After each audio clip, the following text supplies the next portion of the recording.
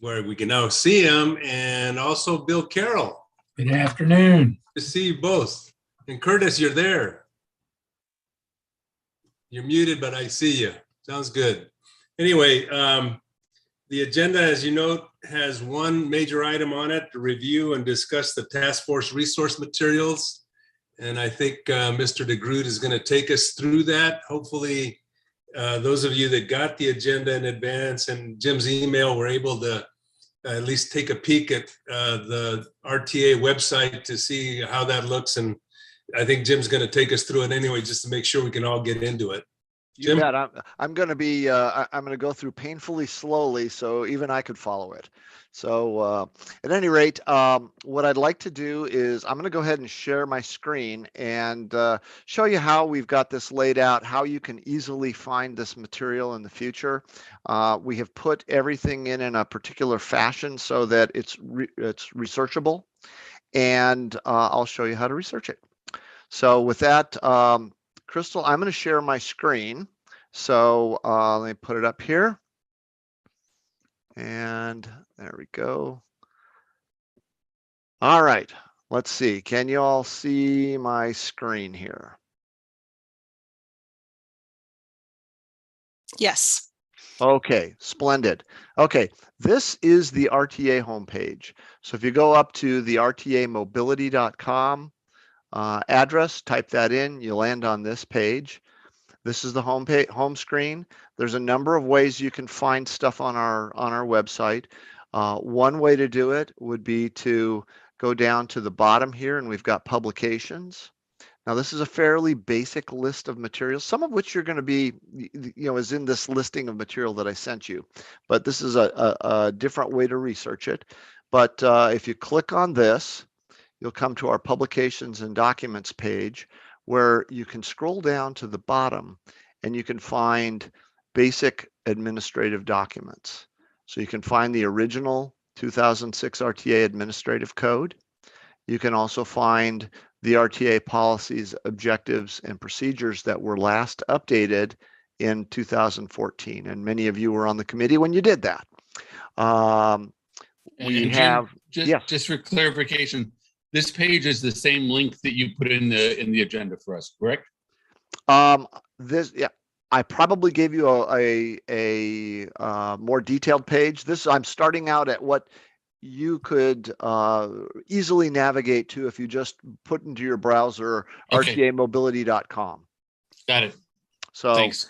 Anyway, and then underneath that we have the original 2006 RTA plan documents. But that's not the way I'm going to go. I'm going to go back to the home page, and I'm going to show you an easier way to search for what you want. If you go to the who we are, and then you go down to RTA committees, you can find the RTA documents, meeting and documents library. If you click on that, you can search just about anything. Now, the one thing that I am going to be doing to assist you in finding anything that you want is to go ahead and put into the title of everything that I store the word resources. So all I have to do is type in the word resources here and go to the search button here, and you'll find everything that's associated with the RTA TMC Project Review Task Force. Now, the way I am laying things out is the date that we talk about them. It's the RTA TMC meeting of 2022, February 16th, resources, and then it's the revised POPs, the document title, basically, Project Review Task Force Revised Project Considerations, cost to complete. And I'll go through each of these individually so you know what we've got here. And if there are things that you want in addition to that, I'm ready and able to listen I'll listen to the recording after we're done with this and make sure I go through it and make sure we get everything posted that you're looking for. So with that, I'll go forward. Hey, Jim, yeah. Jim, let me just to interrupt, just to get back to Bill's question. I think, Bill, if you were talking about the email that Jim sent out, it has that link that he had took us to this last page that Jim was just showing us. So you didn't have to go through all the other steps. It was basically click that link that Jim put in his email and then type in resources, and it got us to this whole listing of stuff. Yeah, I noticed that too. Thanks, John. Okay, yeah. Okay, thanks. I'm I'm not used to doing how-tos on navigating through the internet because I get lost enough myself. So thanks for clarifying that. At any rate, so what I'll do is just kind of systematically go through each of these items so that you know what we've got. The POPs, this is the original document that we had and updated in 2014. It goes through the policies, lists what are reimbursable items, which is probably the single biggest thing that you need to be mindful of is what's reimbursable, what isn't. And we're very, very clear in terms of this. And I know that at the time we developed it, there was a lot of discussion about it, particularly as it related to things such as how much art we would pay for, how much we would pay for in the way of landscaping. So we have the 4% cap on landscaping, the 1% cap on art, and we also had a discussion about utility relocations. And utility relocations are, that's one that we're continually struggling with. It largely has to do with the fact that there's a 1979 agreement between Pima County and the city of Tucson that does things that are different than the way it's normally handled. If it was outside of that, well, I'll just leave it at that. So that's something that I wanted to call your attention to. And then all of the rest of the documents or the parts of the POPs that we had dealt with back in most recently in 2014. So I am going to back out of that and go back to, I'll just get back to the project review task force page. The next one I wanted to touch on was the revised project considerations. This is the document that we dealt with last 2 weeks ago. I updated it based upon the comments. So basically, we had talked about safety considerations needing to be in all, in all different cases. And we wanted to flesh out what the process was for how we were going to be moving forward with this, as well as the initial list of documents that we would put on the website for easy access for your review. So with that, and please stop me if you want to talk about anything. Next item is the cost to complete report that was done by HDR for us. This is something that we did. This was a project that Rick Ellis oversaw.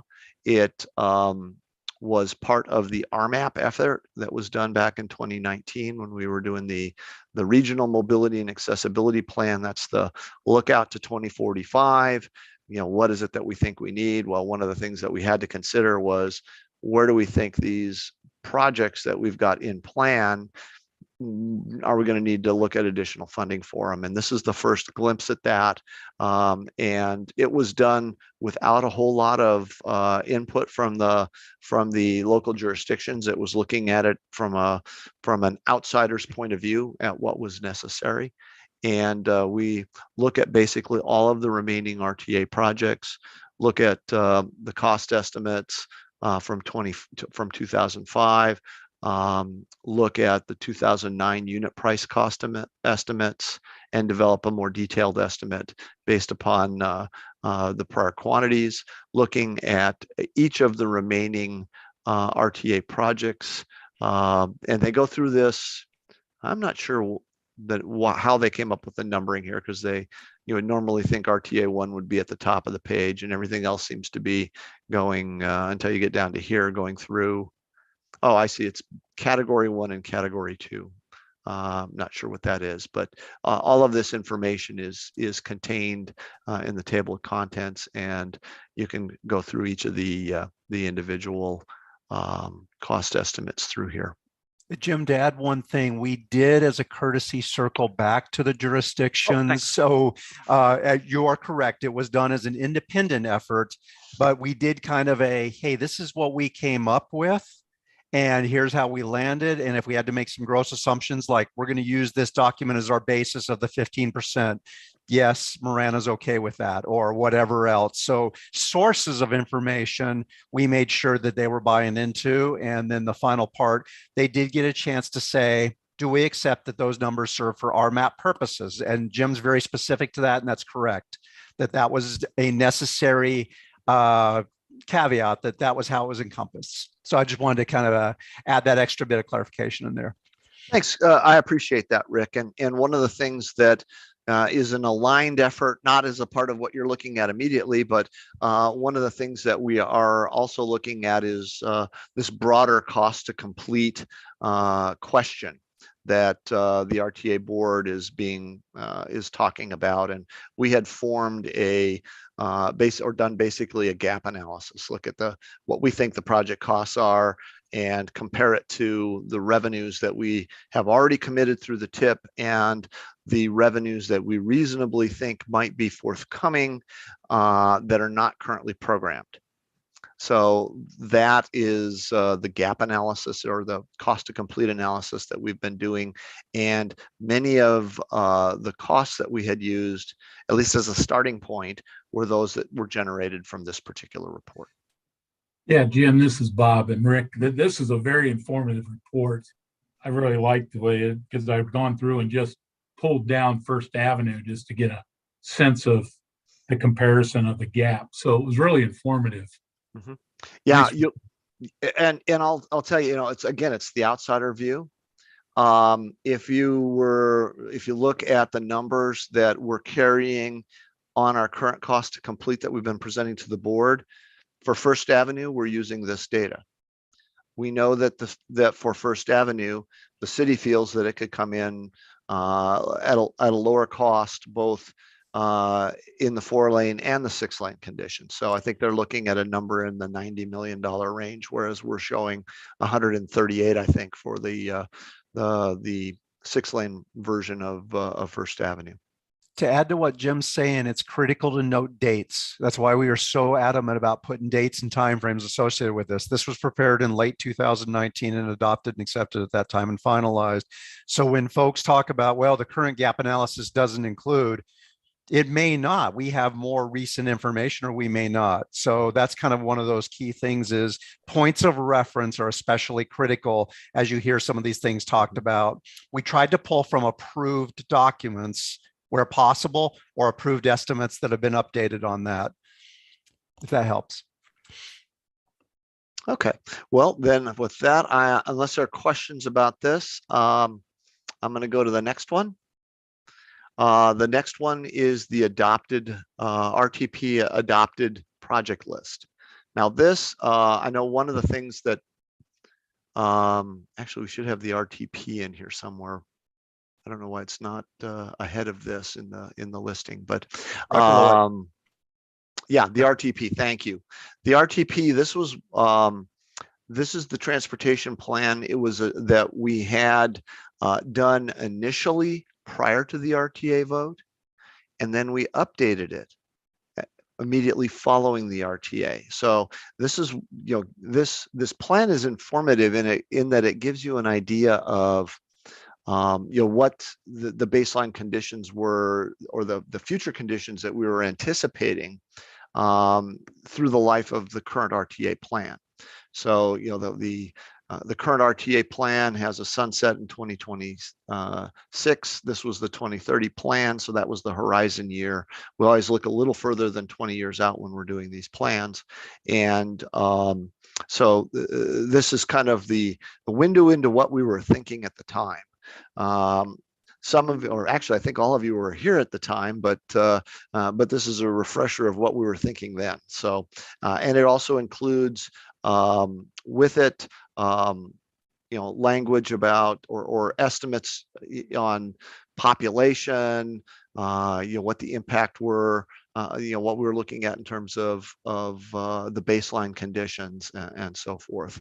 And it touches on, a lot of different aspects, air quality, performance of the roadway network in terms of congestion and so forth, as well as assigning some cost estimates and identifying what was buildable based upon what our belief was in terms of available revenues and comparing them to costs at the time.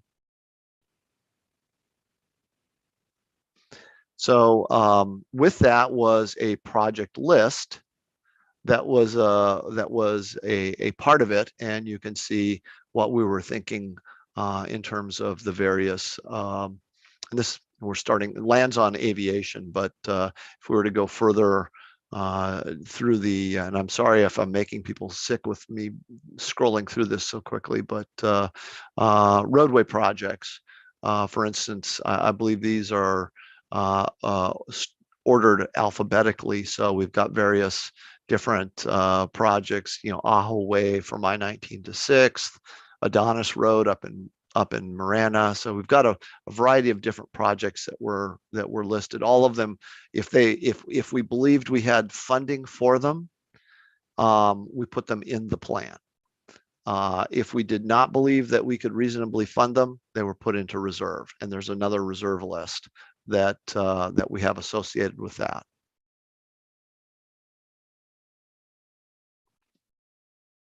Okay. Continuing on down. So this is the RTA report appendix, and I'm waiting for this thing to load here.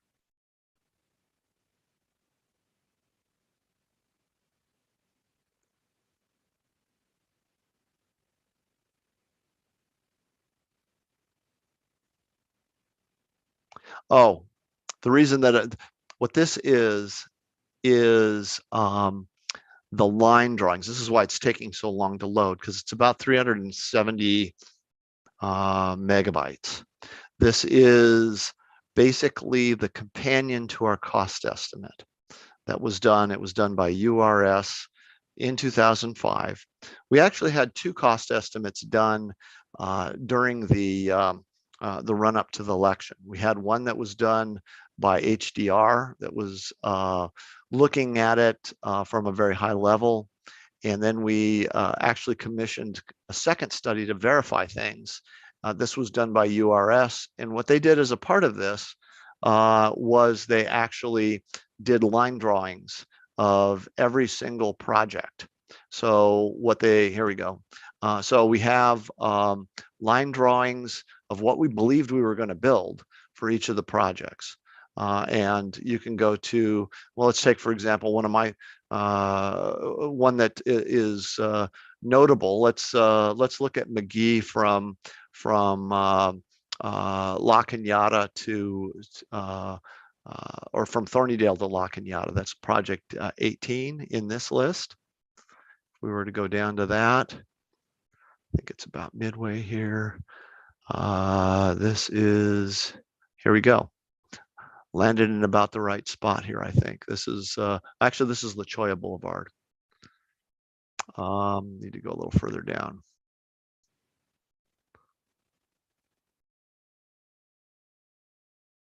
That's McGee. Okay. Hey, okay, yeah. Jim, you can just click on the table of contents and it will take you to the page you're looking for. Great. I'll remember that. Thank you. Oh, you're welcome. But anyway, this is the reason that I chose this particular project to look at is because this is what we priced out back in 2005, 2006 for the work that was going to be done on McGee.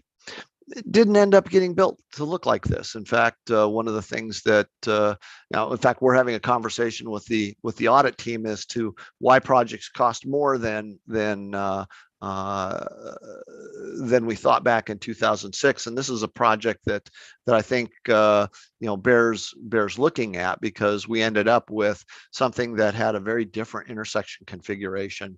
Instead of having a right turn and then allowing the left turns off of La Cholla onto McGee at the intersection here, which is an acute angle and really tough to do, we ended up with a big loop road, and in doing that, that meant that we had to deal with the Carmack Wash, which is right in through here. So instead of having a project that had 1, 2, 3 Carmack Wash culverts, we actually looked at realigning the whole Carmack Wash from where it crossed Old McGee, took it underneath McGee Road at this point, relocated McGee Road a little bit further to the north, and then took McGee Road as a channelized project all the way through here, and then took it across and then down this wash, or down the drainage way here.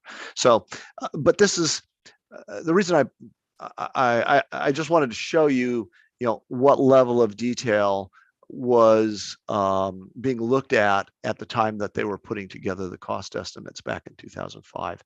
And one thing I think I'd like to say is that this was probably a more detailed cost estimating exercise than we'd ever done prior to that, at least as a region. So any questions on the mapping support to the cost estimate?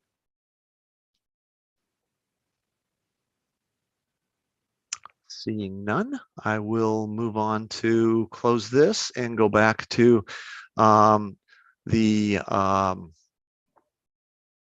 this was the report appendix. Let's see if we can find the report. And this is the cost estimating report that went with that series of drawings. Much smaller, so it opens a lot faster. I'll see if I can click on it, and what do you know? Thanks, Curtis. This will get you to the project cost estimates. And then within these cost estimates, this is the roll up, and then they'll go through individual components of it. So for instance, this is the pavement estimate. They'll have an estimate on earthwork, estimate on structures and storm drain system. They go through each of the major components: sidewalk, curb and gutter. We have the striping and signage, signals, utility adjustments, and then if there's a new structure associated with it, that was identified. Right of way is estimated, and that's essentially what you get with each of these projects. If there's street lighting that was anticipated, street lighting's in there. Any key major components that were identified that need to be in part of the project, they would have a unit pricing approach to that that's identified. One thing you'll notice that the HDR estimate that Jim talked about that we did in 2019 that looked at these for the RMAP purposes, we followed the same format that URS had developed in 2005. So we wanted to make sure that at least from a formatting, evaluation, analysis perspective, we were trying to do everything as apples and apples as we could. Hey, Jim, Yeah.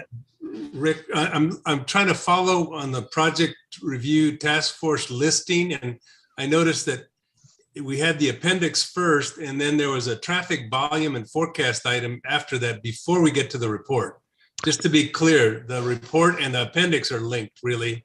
Yeah, and I'll have to find out, and I'll talk to our tech folks about why it's listed the way it is. Okay. If we need to do some slight changes to naming so that we can keep the things together in Yeah, sequence, appreciate it. I'll do that, because that nobody wants to hunt and fish like that. Got it. Thanks. You are correct, John, that those are linked. So one's the verbal, the text, and the descriptive of it. The other's the pictorial representation of what each project will look like. Okay, got it.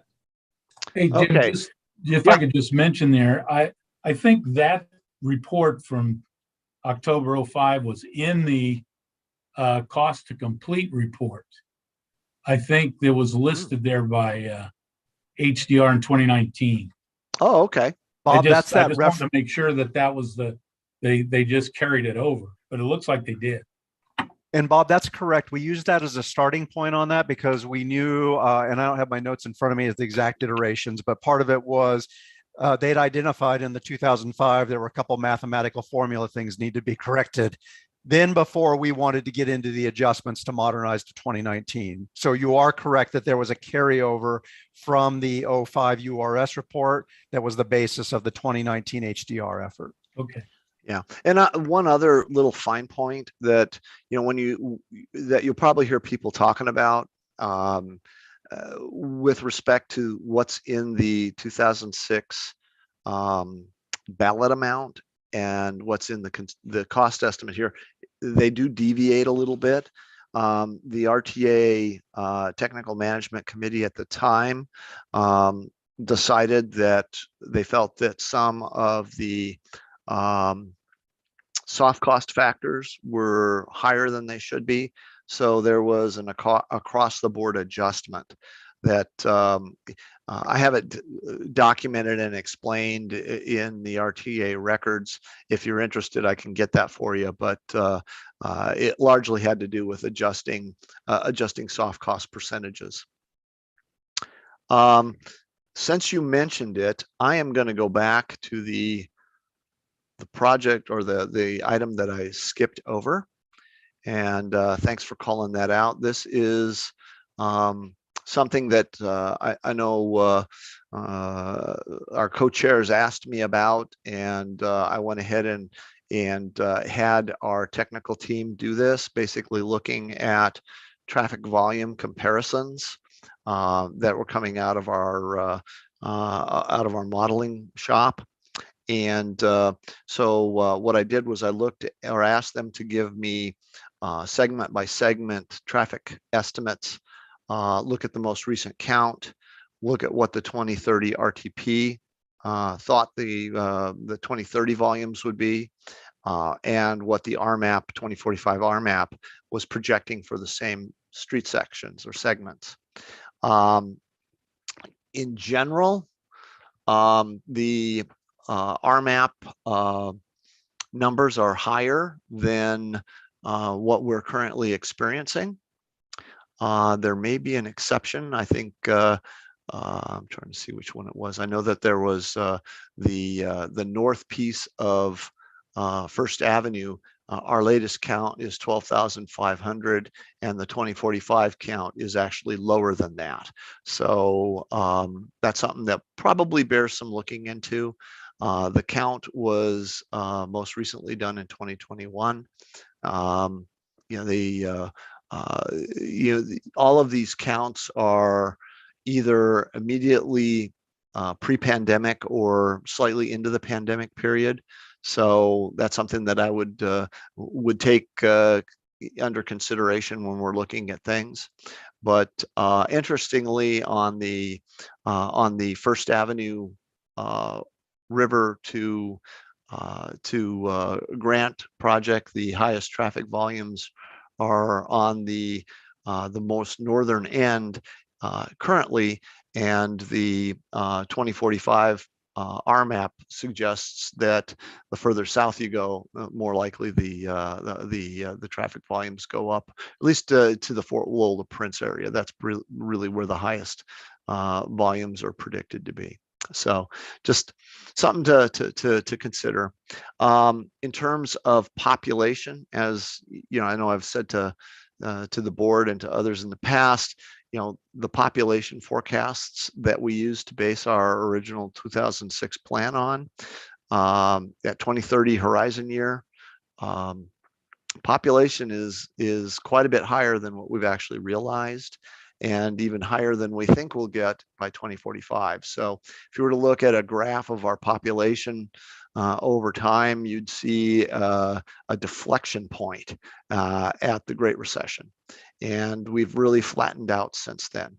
And it's kind of unusual in that all prior planning efforts that we've seen, the 2020 plan, even going back to the 40s, all of our 20-year outlooks for populations have all been underestimates. This is the first time we've seen overestimates occurring. So I would suggest that we've really kind of had a sea change in our growth patterns, and that a lot of change associated with the with what's happened to our economy and our region since the Great Recession. Jim? Yeah. Before we move on, I just had a couple of comments on this. I think it would be helpful if you could add a column that has a pre-pandemic traffic volume. I think that would give us more of a normal condition, because most of these are, kind of at the beginning or in the middle of the pandemic period. So if you could go back, like 3 years or so, add volumes from that period, I think it would give us more of a kind of a steady state rather than a transient volume. Sure. On it. Sure. I think that would be helpful. The other thing on the volumes, which is pretty apparent, is in the areas that are essentially grown out, like Silver Bell, the county section of First Avenue from Ina to Orange Grove. We shouldn't expect to see too much of a change in volume from those pre-pandemic years going out 20 years or whatever, because they're going to stabilize, because the areas are grown and they have geographic barriers that prohibit any additional growth on it. On First Avenue, you've got the Catalina Mountains. On Silver Bell, you've got the Tucson Mountains and so on. So I would expect those volumes to essentially stabilize at some point. And then the third comment I wanted to make is, obviously we're not looking at performance here. We're just looking at numbers, and we have to use our professional judgment to translate this into volume to capacity ratios or levels of service or whatever. But we have different types of road types in there. So you can't make a standard assumption again on a Silver Bell type of a road versus the city's First Avenue. When you get into an urban area, the old rule of thumb is maybe 8,000 to 10,000 vehicles per lane per day. But when you get into the suburban areas, it could get up to 15,000 or even more. When you look at how two-lane Valencia operated east of Kolb Road, I think it had 28,000 a day on 2 lanes. And so this doesn't really give us much of an indication about performance. So we're going to have to use our professional judgment when we try to understand what these volumes are telling us. So that's all I had to add, Jim. No, I appreciate that. And your comment about the 2-lane suburban roads or rural roads, I've always felt that the capacity is pretty elastic on those. Mm-hmm. So Thornydale, some others have all been, examples of it. If you've got no significant friction or intersections, you can get a lot of capacity in on a 2-lane roadway. Yeah. But at any rate, don't want to go too far down the road with that. We can certainly add some additional detail to this. I'll put it out to our traffic modeling team that we'd like to get one more. What we can do is we can identify which counts were pre-pandemic and that are in the existing counts, and if they are after the onset of the pandemic, then we ought to be looking at a pre-pandemic number to augment that. And I think particularly in the suburban areas, the traffic volumes, it'll be real interesting to see how as we recover from the pandemic, how has the work time or the peak hour changed as a result of people working from home? Because I think that change in work location may be more durable than we might have thought at the outset. So anyway, enough of that, unless somebody else wants to comment on that. Okay. All right. Well, let's see, we hit that. We have the 2045 RMAP. And this is the most regional, this is the 2016. I think we've got a 2019 update that we also have. I'll have to make sure that that gets posted. This was there were two updates done, or there was an initial 2045 plan and then an updated one.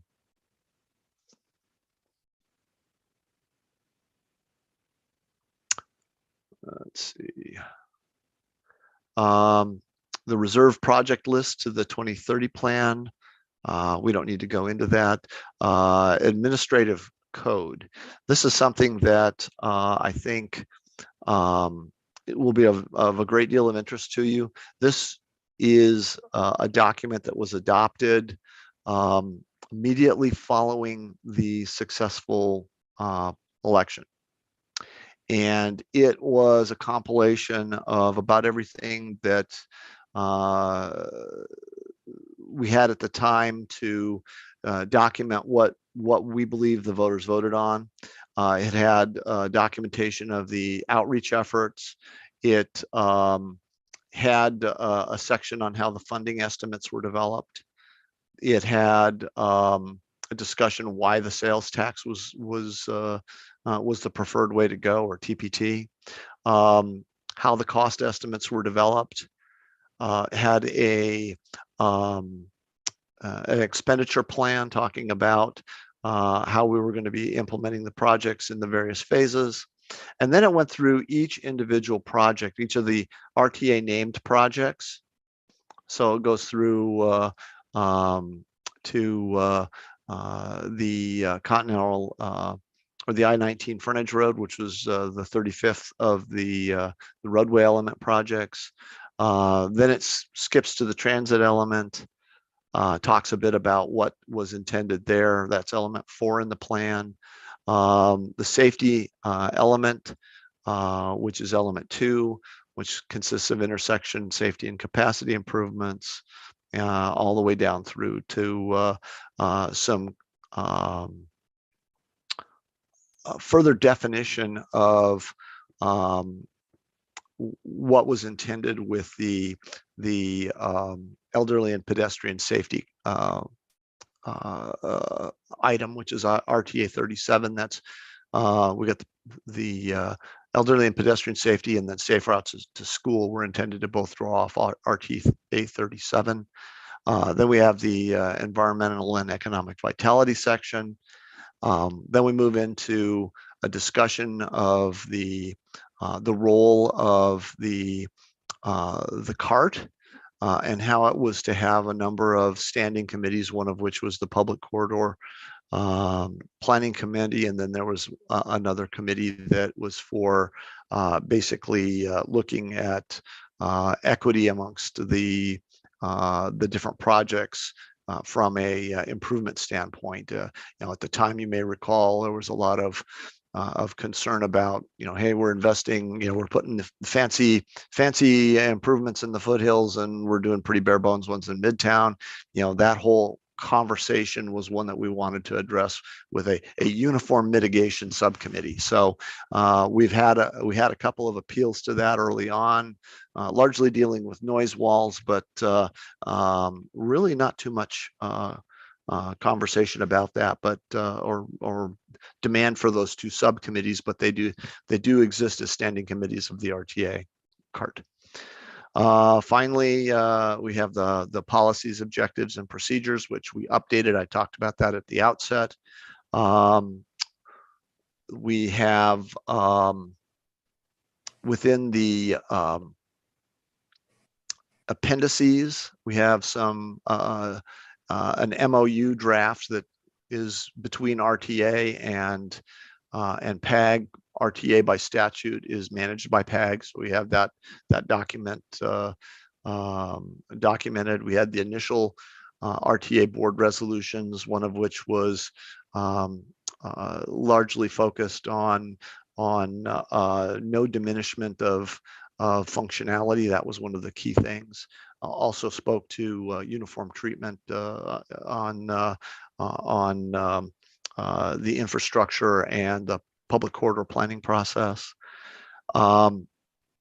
We have all of the jurisdictional resolutions of support for the RTA plan in here.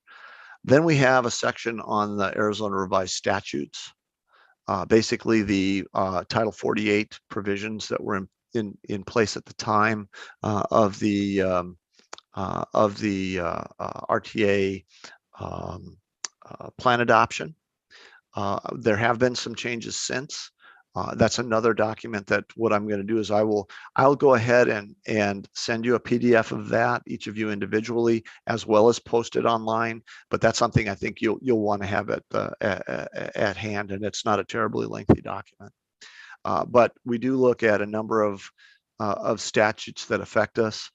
We've got, in addition to Title 48, which is the special taxing district, which creates the RTA, but we also have other titles that we have to look at, including the transportation title, the state government title, the open meetings law title. All of these, we'll send you the relevant documents that are tied to the RTA statutes. Also some taxation information that's tied in there as well. So that'll come out to you. I'll send that out to you after the meeting, and again, post it online. Jim? Yeah. This is the document that on page 22 has the Scrivener's error that I mentioned earlier. It's on the Silver Bell project, and it refers to, it's in the second paragraph. It refers to turn lanes at the intersection of Silver Bell and Orange Grove. Oh, right. Yeah, and just for clarification, I think that means Belmont. Belmont, yeah. Yeah, and not Orange Grove. So when we look for changes in this project from what's in the, what was promised to the voters, that was an impossible promise. Right. Kurt, a question along those lines, because I remembered a safety project we did way back when. Isn't there a lake that goes, the continuation of Orange Grove that goes to the west? It's a small little secondary road. I don't, to the west, no, I don't think there is, Rick. Okay. That's what I was trying to think, is if it was referring to the western leg of Orange Grove, not the one that theoretically would have come across the pits. Yeah. I remember doing a safety job out there about 15 years ago, but I couldn't remember if that was a general location or reference. Yeah, I don't think there is at all an intersection of Orange Grove and Silver Bell. So we can save some money by not improving that intersection that doesn't exist. So good.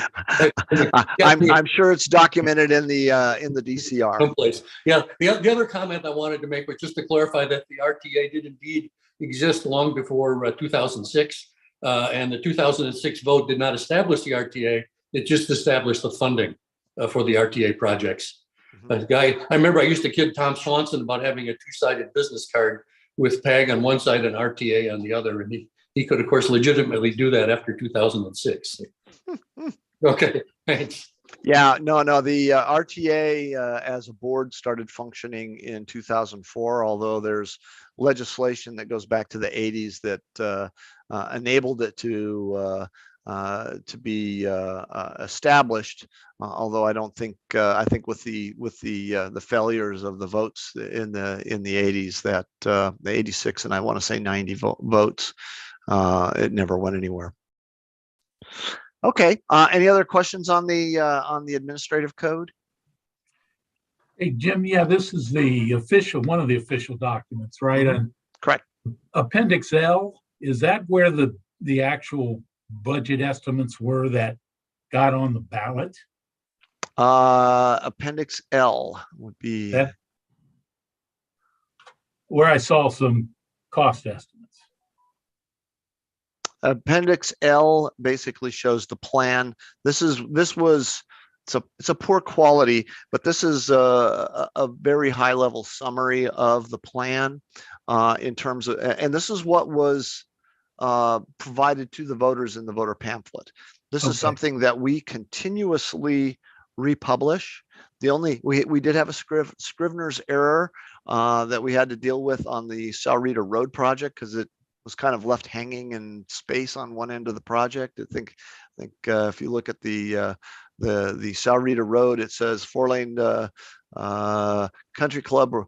It said Saurita Road to Country Club Road. Well, from what? So, we've had to clarify that as it being from Interstate 19. But that's the only change that we've made to the documents that we continue to reprint as part of the R mobility plan. So, or our mobility documents that we routinely distribute. And I'm thinking I got one right down here that. Yeah, I mean, this is an old version of it here. These RTA mobility documents have that very same information in it, Okay. and it's our Bible, and we continue to reprint it in its original form with that one Scrivener's error, or with the error addressed. Okay. Any other questions on the administrative code? Hearing none. That takes us down to a document that we have recently sent out, and basically this is something that we have worked with our colleagues that are on the PAG side of the house to develop, and that's kind of there's been a lot of question about what's eligible, what's ineligible for funding. We have different sources of funds that are out there. This is a list of the various things that we've found troubling in the past, and have challenges on, and sometimes have had to disallow, is costs that are say for instance, which exceed the caps. If there's a 1% cap on art, and you come in with a big art bill and it exceeds the 1%, we pay to the 1%, and then it's up to the jurisdiction that contracted for it to make up the difference. That's an example. We have also if there's an accident on a project, that's not something that we reimburse, the repair of the accident. That's really something that should go through the insurance process. But we've seen people try to bill us for that kind of stuff. So this is a list of things that we have identified as ineligible items. And I know that it's relatively recently been sent out. Wanted to make sure you all had it. And if there are things we need to talk about, then let's talk about it. So Jim, this is John. Just to be clear, at the beginning of this, the first item, I think you directed us to something within that document that says these are eligible items, right? Right. Eligible items are in the administrative code and the POPs. Yes. This is ineligible items, right? That we've had problems with. I just wanted, when I was looking at that first item, I was trying to find that listing that you directed us to, just to make sure we could all find it. Yeah. And I think I did. Yeah. I've put it into, or it's in its most recent form at the top of the list. It's the POPs. From January of 2014. 2014, got it. Yeah. Okay. And the original POPs are in the administrative code. Mm-hmm. Jim, can you clarify something for me? And that is the cost associated with right-of-way acquisition on a friendly acquisition versus the cost for right-of-way associated with a condemnation. How are those differentiated and handled?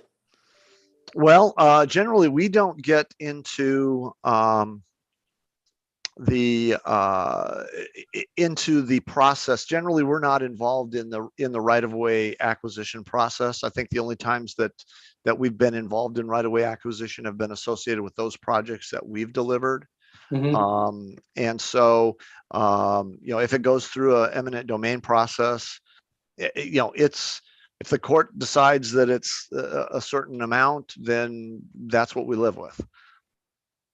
If Okay, it's a friendly negotiated area, if that's something that the jurisdiction is representing to us as is a cost that is backed up by appraisals, we accept it. yeah. So if it's a condemnation related expense, is the RTA responsible for it, or is the jurisdiction responsible? We're responsible, or we will pay it up to the ballot amount. Yeah. Okay. That's good. Thanks. Yeah. I think that's one of the areas that has been troubling in terms of cost estimates. Some of the Mhm. we definitely found that some of the costs on particularly the I'll call them the more remote or more suburban routes. And I Mhm. remember, Bob, you were really helpful at the time that the CIC was, going, or the TMC at the time was going through how do we assess the costs of right of way. I remember we had a task force, and you were right in the middle of it. There was kind of an assumption that in the outlying areas where we might be dealing with very, very low values, might be and the classic example is on the Twin Peaks interchange. At the time we were looking at the process, what's the value of a exhausted adobe pit, that you wouldn't think would be a very high valued property. However, the market dictates what the value is. And once it was clear that that property was right next to the interchange that we're proposing, the value shot up, and the fair market value of that went through the roof. So instead of under $1 a square foot, it was quite a bit more than that when we actually ended up going in, or when Marana and ADOT ended up acquiring that property, it was quite a bit more costly. So I think that's definitely a lesson learned is on the costs of right of way. And right of way should be valued at what, or at least for our estimating, we probably want to give some consideration to valuing it at its raw land value at the time of the project completion, when it might be a great power center location instead of a played out sand and gravel pit. Jim, back to Kurt's question on a condemnation, while you pay whatever the court decides it's worth, I assume legal costs are borne by the municipality? Yeah, I mean, it's the cost of doing business. So yeah. Okay. Yeah, that's the other thing is, when we were looking at valuing the right of way, we're looking at the land costs. I tell you, on small fractions of land where we may be buying, 40 or 60 square feet of something, we pay a lot of money for just the back and forth with the right of way negotiations team. That far exceeds the value of the property that we purchase. So it's again a cost of doing business. It has to happen.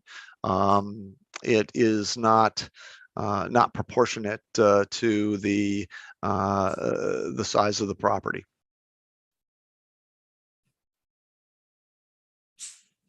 Jim, I know some history on the utility costs, relocation costs, prior rights. That was addressed, and there was a working group to try and, I think, work through some of that. I'm just curious, did we ever have any issues with the railroad and them don't they have sovereignty, and did they come back and surprise some of the projects that might have involved the railroad with additional costs? I think the answer to that is yes. Okay. Yeah. At this point, and I know we'll have a lot more conversations about what else we want, but at this point, I'm going to stop sharing screen unless somebody wants to look at that. Those were the materials that we've placed online, and I wanted to just show you how you could easily navigate to it. So again, going back to the top of the page, just type in resources right there. Once you get to the library, and it's again under who we are and documents. Jim, the only thing I would suggest, I know that Bob was on the road when we were discussing this. So I don't know if he really had the scope change request review criteria that you've updated that's in here. You know, Oh, you want to go through that? No, I just wanted to ask Bob and Bill, since Bill wasn't able to join us either, to take a good look at that. And if there's any other comments from those guys, since they weren't able to really fully participate, I think it'd be good to take a look at that. And and just glancing at it, you had a list of resources at the end, which of course have now been replaced by this much longer list. And then the only other item at the very end, I think it was a good reminder to us all that the process we're using to review this is identified as, you know, us meeting with the lead agencies, coming up with a draft of findings to be provided to the lead agency for their reaction, and then taking another look at the findings prior to finalizing them and forwarding them. So just a good reminder of the process that we've committed ourselves to.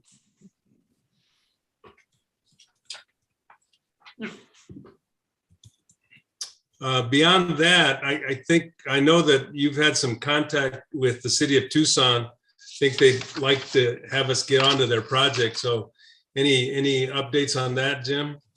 Mr. Chair, I will, what I'd like to do is work with the co-chairs offline. We didn't agendaize future agenda items on this, so I think it'll probably be inappropriate for us to talk about it at this point, but I will get with the co-chairs. I can tell you that we are still planning to meet bi-weekly, and we'll be I am having conversations with the city presently about getting a presentation lined up.